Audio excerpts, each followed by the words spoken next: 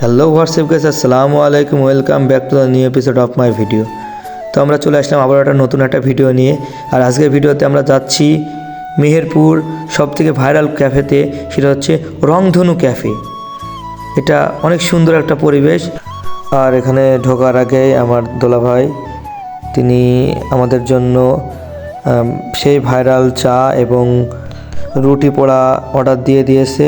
আর এই যে আমাদের এই যে ক্যাফের লোক, তিনি অনেক সুন্দরভাবে আমাদের জন্য তৈরি করছেন।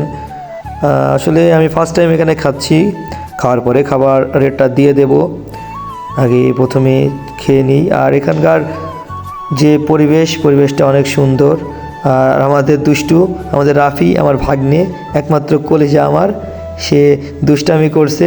আর সাথে আমাদের নায়ক সাহেব আছে, তানভীর আহমেদ। আমাদের মাঝে এই একমাত্র নায়ক, আমরা সব ভিলেন। আর ক্যামেরার পিছনে আরেকজন আছে, যার ফেসটা আমরা দেখাবো না।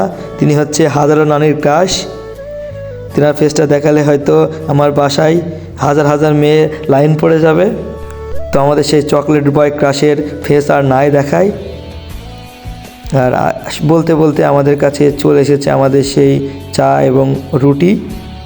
তো খেয়ে আমি টেস্টটা দিয়ে দিই। আর ভাই তো আগাম থাকতে খাওয়া শুরু করে দিয়েছে। আর এদিকে আমাদের নায়ক সাহেব তিনি বসে আছে, কারণ আমি এখনও খাওয়া শুরু করি নাই, তাই সেও খাওয়া শুরু করে নাই। তো আমি খাবো, খেয়ে রেটটা দেবো। তো মাশাআল্লাহ কফিটা অনেক সুন্দর হয়েছে, প্লাস রুটিটাও অনেক সুন্দর।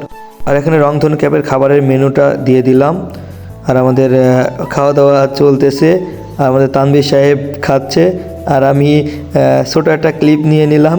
হয়তো তিনি বিরক্ত হচ্ছে। তো আলহামদুলিল্লাহ অনেক ভালোভাবেই খাওয়া দাওয়া শেষ করলাম।